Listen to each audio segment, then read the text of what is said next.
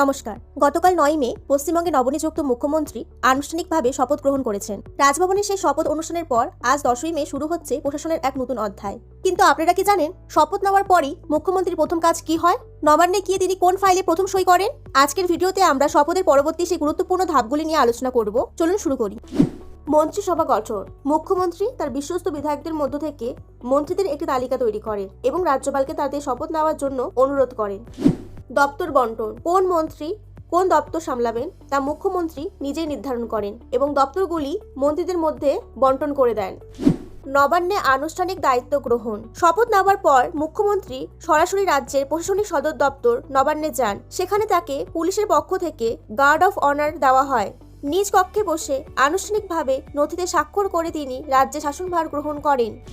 প্রথম মন্ত্রিসভার বৈঠক। দায়িত্ব নেওয়ার কয়েক ঘন্টার মধ্যেই তিনি মন্ত্রিসভার প্রথম বৈঠক ডাকেন। এই বৈঠকে সাধারণত সরকারের অগ্রাধিকার বিষয়গুলো, যেমন জনকল্যাণমূলক প্রকল্প বা জরুরি কোনো প্রশাসনিক সংস্কার নিয়ে প্রাথমিক আলোচনা ও সিদ্ধান্ত নেওয়া হয়। সচিব ও প্রশাসনিক আধিকারিকদের সাথে বৈঠক। রাজ্যের মুখ্য সচিব এবং স্বরাষ্ট্র সচিবের সাথে তিনি রাজ্যের আইন শৃঙ্খলা ও বর্তমান পরিস্থিতি নিয়ে আলোচনা করেন। আমলাদের উদ্দেশ্যে তিনি সরকারের লক্ষ্য ও দৃষ্টিভঙ্গি পরিষ্কার করে জানিয়ে দেন। জনগণের উদ্দেশ্যে বার্তা। দায়িত্ব গ্রহণের পর মুখ্যমন্ত্রী সাধারণত সংবাদ মাধ্যমের মুখোমুখি হন। তিনি রাজ্যের জনগণের উদ্দেশ্যে তার সরকারের পরিকল্পনা ও উন্নয়নের প্রতিশ্রুতি পুনর্ব্যক্ত করেন। প্রথম স্বাক্ষর প্রদান।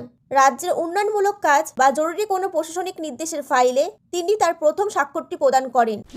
আশা করি শপথ গ্রহণের পর একজন মুখ্যমন্ত্রীর প্রশাসনিক যাত্রা কিভাবে শুরু হয় তা আপনারা বুঝতে পেরেছেন। এই তথ্যগুলি আপনাদের ভালো লাগলে ভিডিওটি শেয়ার করুন। পশ্চিমবঙ্গের রাজনীতি ও সংবিধান সংক্রান্ত এমন আরও তথ্য সমৃদ্ধ ভিডিও পেতে বুদ্ধিমান চ্যানেলটি এখনই সাবস্ক্রাইব করে রাখুন। দেখা হচ্ছে পরবর্তী ভিডিওতে। ধন্যবাদ।